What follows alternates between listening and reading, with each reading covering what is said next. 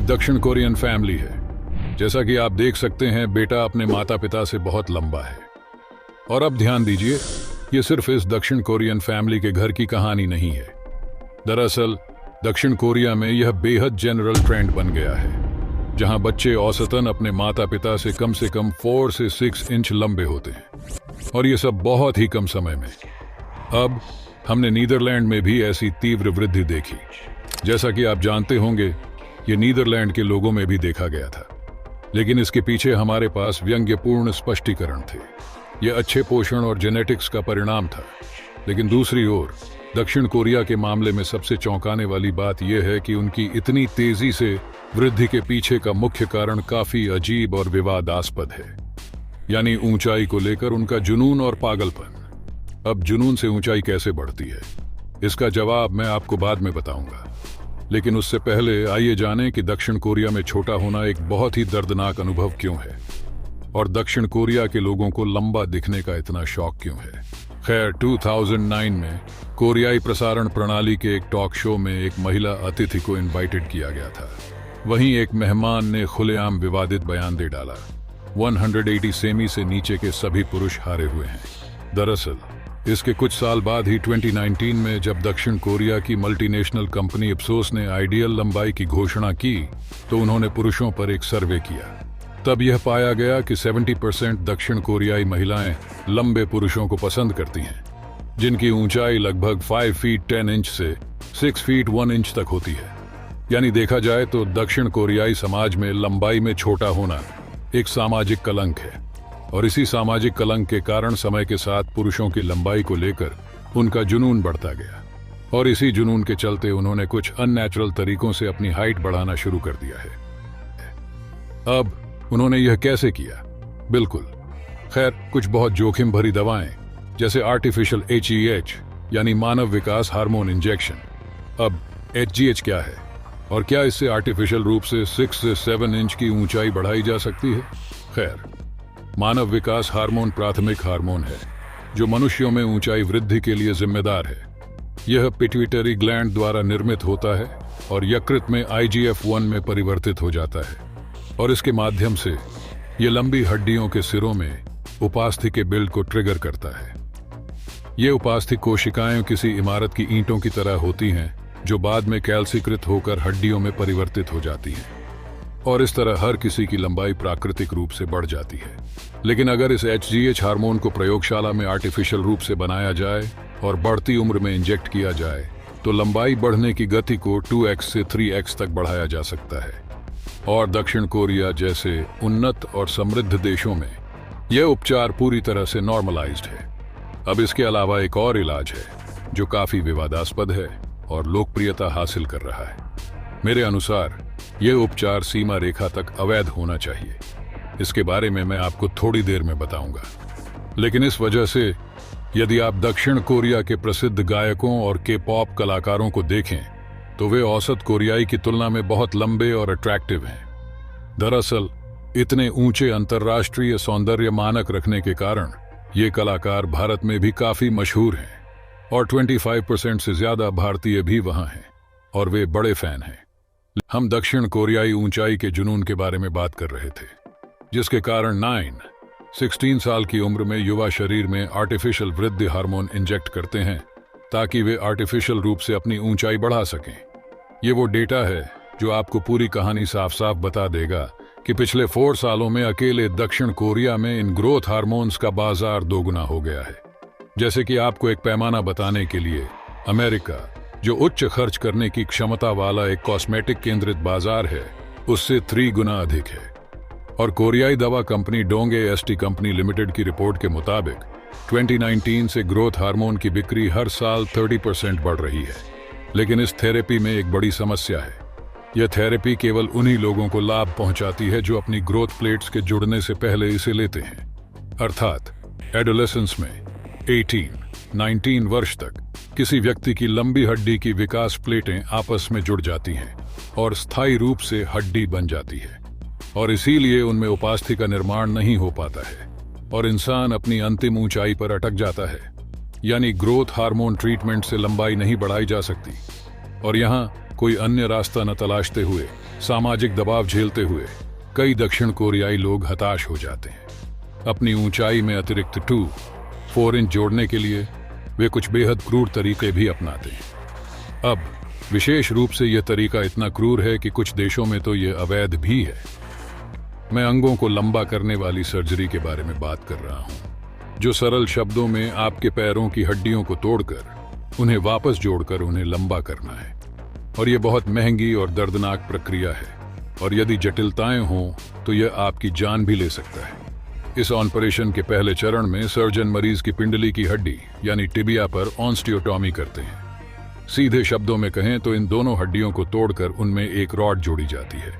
फिर रॉड जोड़ने के 10 दिन बाद इस सर्जरी का दूसरा चरण शुरू होता है।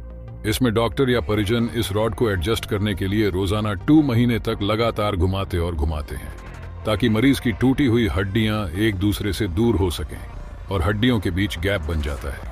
फिर 2 महीने बीतते ही इस डिवाइस को हटा दिया जाता है और यहीं से शुरू होता है तीसरा और आखिरी चरण, जो है उपचार। अब इस कट की वजह से हड्डी टूट जाती है और इसीलिए शरीर हड्डियों के ठीक होने की प्रक्रिया को उत्तेजित करता है, जिससे उस स्थान पर, उस अंतराल में नई हड्डी कोशिकाएं उत्पन्न होती हैं, जिसके कारण अंततः ऊंचाई बढ़ जाती है। और वर्तमान सर्वेक्षणों के अनुसार दवाएं और सर्जरी 2 मुख्य कारण हैं, जिनके कारण पिछले 100 वर्षों में दक्षिण कोरियाई लोगों की ऊंचाई लगभग 6 इंच बढ़ गई है। लेकिन दोस्तों, फिर भी ये पूरी तस्वीर नहीं है। जब मैं ग्रोथ हार्मोन दवाओं का इतिहास पढ़ रहा था तो मैंने देखा कि ये दवाएं ज्यादातर दक्षिण कोरियाई बाजारों में 1985 में पहली बार पेश की गई थीं। लेकिन दक्षिण कोरिया की ऊंचाई का ग्राफ, जैसा कि आप यहां देख सकते हैं, एक अलग कहानी बताता है। इससे साफ पता चलता है कि दक्षिण कोरियाई लोगों की लंबाई 1985 से पहले ही बढ़नी शुरू हो गई थी।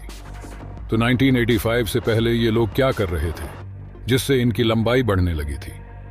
और आपको जानकर हैरानी होगी कि दक्षिण कोरिया का कद बढ़ने के बाद द्वितीय विश्व युद्ध का खत्म होना भी एक बड़ा कारण था। दरअसल द्वितीय विश्व युद्ध तक दक्षिण और उत्तर कोरिया एक ही देश थे, लेकिन द्वितीय विश्व युद्ध के बाद अमेरिका ने कोरिया के दक्षिणी हिस्से पर कब्जा कर लिया और दूसरी ओर सोवियत संघ ने उत्तरी हिस्से पर कब्जा कर लिया। लेकिन इन दोनों देशों की विचारधारा एक दूसरे से काफी अलग थी और इसीलिए 1950 के दशक में सोवियत संघ के नेतृत्व वाले उत्तर कोरिया ने दक्षिण कोरिया पर हमला किया और कोरियाई युद्ध शुरू कर दिया। इस युद्ध में कोरिया के लगभग सभी समृद्ध शहर पूरी तरह नष्ट हो गए, जिसके कारण 25 लाख लोगों की मौत हो गई। लेकिन अमेरिकी सेना के कारण सोवियत संघ कोरिया के दक्षिणी भाग पर आक्रमण नहीं कर सका और इस युद्ध के कारण उत्तर कोरिया और दक्षिण कोरिया 2 स्थायी नए देश बन गए।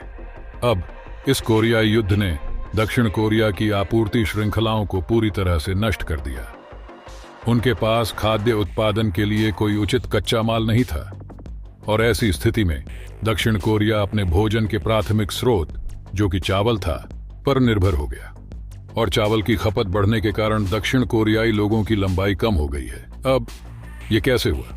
अच्छा, मैं समझाता हूं। खैर, जैसा कि हम पहले से ही ऊंचाई बढ़ाने की प्रक्रिया के बारे में जानते थे, पिट्यूटरी ग्लैंड मानव विकास हार्मोन जारी करती है, जो बदले में IGF-1 हार्मोन को स्रावित करने के लिए यकृत को संकेत भेजती है।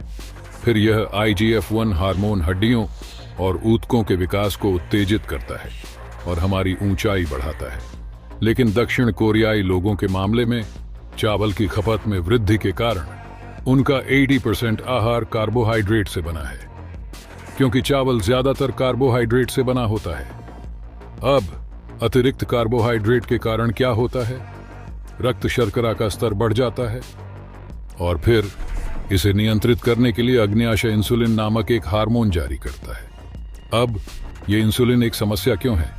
क्योंकि जब यह स्रावित होता है तो ये लीवर को IGF-1 का उत्पादन बंद करने का संकेत देता है, और अगर शरीर में IGF-1 का उत्पादन बंद हो जाता है तो IGF-1 शरीर में हड्डियों और ऊतकों के विकास का संकेत कैसे दे सकता है? और यही कारण था कि दक्षिण कोरियाई लोगों की लंबाई कम हो रही थी, लेकिन बहुत लंबे समय के लिए नहीं, क्योंकि युद्ध खत्म होने के कुछ साल बाद उनका कद फिर से बढ़ने लगा। कोरियाई युद्ध के बाद अमेरिका ने दक्षिण कोरिया को आर्थिक और सैन्य सहायता प्रदान करने में मदद की इससे दक्षिण कोरिया आर्थिक रूप से स्थिर होने लगा। दक्षिण कोरिया की स्थिरता का आधुनिकीकरण और विकास होना शुरू हुआ। इसका असर उनकी शिक्षा और स्वास्थ्य क्षेत्र पर भी पड़ा। इस विकास के कारण दक्षिण कोरिया की इकोनॉमी को बढ़ावा मिला और इसका सबसे बड़ा असर उनकी जीवन शैली पर पड़ा। इसका नतीजा इन 3 ग्राफ में देखा जा सकता है। जैसे ही दक्षिण कोरियाई लोगों की चावल की खपत कम हुई, मांस की खपत बढ़ गई। इसलिए जैसे जैसे मांस की खपत बढ़ी, उनकी ऊंचाई अपने आप बढ़ गई। अब लंबाई बढ़ने का मांस की खपत से क्या संबंध है? इस पर बहुत सारे शोध पत्र हैं, लेकिन मैं आपको वर्ल्ड बुक 2016 के रिसर्च पेपर का हवाला देते हुए बता दूं। इस रिसर्च पेपर में 105 देशों की ऊंचाई पर एक अध्ययन प्रकाशित किया गया था। इस अध्ययन से भी यही निष्कर्ष निकला कि लोगों की बढ़ती लंबाई के पीछे एक बुनियादी कारण है मांस उत्पादों और प्रोटीन युक्त आहार में वृद्धि। तो इस अध्ययन में मूल रूप से मिसिसिपी स्टेट यूनिवर्सिटी के वैज्ञानिक जोसेफ क्रोमियाक ने प्रोटीन से बनने वाले अमीनो एसिड पर विस्तृत शोध किया। उन्होंने विभिन्न समूहों के लोगों को लिया और उनका प्रोटीन सेवन बढ़ाया। कुछ दिनों तक यही सिलसिला चलता रहा। इस प्रक्रिया को दोहराने के बाद उन्होंने पाया कि इन लोगों के शरीर में 3 महत्वपूर्ण अमीनो एसिड आर्जिनिन, लाइसिन और ऑनर्निथिन बढ़ गए। और कई अध्ययनों के अनुसार ये 3 अमीनो एसिड ग्रोथ हार्मोन के स्राव को बढ़ाते हैं। इससे यह निष्कर्ष निकला कि हाँ, प्रोटीन हमारे विकास में प्रमुख भूमिका निभाता है। तो कुल मिलाकर दोस्तों, संक्षेप में कहें तो जैसा कि हमने देखा, लंबाई बढ़ने के पीछे 3 प्रमुख कारक हैं: दवाएं, सर्जरी और आर्थिक वृद्धि। लेकिन एक सेकंड, अगर इकोनॉमी एक प्रमुख कारक है जिसके कारण शुरुआती वर्षों में दक्षिण कोरियाई लोगों का कद बढ़ा, तो इस तर्क के साथ भारत 5वीं सबसे बड़ी इकोनॉमी है। लेकिन कई लेखों के मुताबिक भारत की औसत ऊंचाई दक्षिण कोरिया से कम हो रही है। अच्छा, ऐसा क्यों हो रहा है? जब हमने इस पर शोध किया तो यह बात सामने आई कि भारत में प्रोटीन की मात्रा अन्य देशों की तुलना में बहुत कम है और यही कारण है कि भारतीयों की लंबाई धीरे धीरे कम होती जा रही है। यदि आप अपनी वास्तविक आनुवंशिक क्षमता तक पहुंचना चाहते हैं तो आहार बहुत महत्वपूर्ण है। उदाहरण के लिए, आनुवंशिक रूप से यदि आपकी ऊंचाई 5'10" है, लेकिन यदि आपको उचित पोषण, उचित प्रोटीन नहीं मिलता है तो आपकी लंबाई लगभग 5'8" हो सकती है, जबकि आपकी क्षमता 5'10" थी। इसलिए इसे बढ़ाना बहुत महत्वपूर्ण हो जाता है। जैसे आहार महत्वपूर्ण है, उसी प्रकार एनवायरमेंटल कारक भी भूमिका निभाते हैं। जीवन शैली भी भूमिका निभाती है। वास्तव में जानवरों के भी समान पैटर्न होते हैं। उदाहरण के लिए, अगर हम विलुप्त डायनासोर के बारे में बात करते हैं, कुछ डायनासोर 6 गुना लंबे हो गए क्योंकि वे खाते थे। इसलिए उस अवधि के दौरान कुछ डायनासोरों में ऑक्सीजन की मात्रा अधिक हो गई थी। अब डायनासोर के 3 युग, ट्राइसिक, जुरासिक और क्रेटेशियस कैसे थे? डायनासोर कैसे विकसित हुए? पर्यावरण कैसा था उस समय? उनका खाना क्या था? यदि आपका कोई प्रश्न है तो नीचे टिप्पणी करें। यदि आपके पास कोई प्रश्न है और अधिक दिलचस्प और रोचक वीडियो के लिए इस चैनल को सब्सक्राइब करना ना भूलें। साथ ही अगली बार मिलते हैं। उत्सुक बने रहें, सीखते रहो और बढ़ते रहो।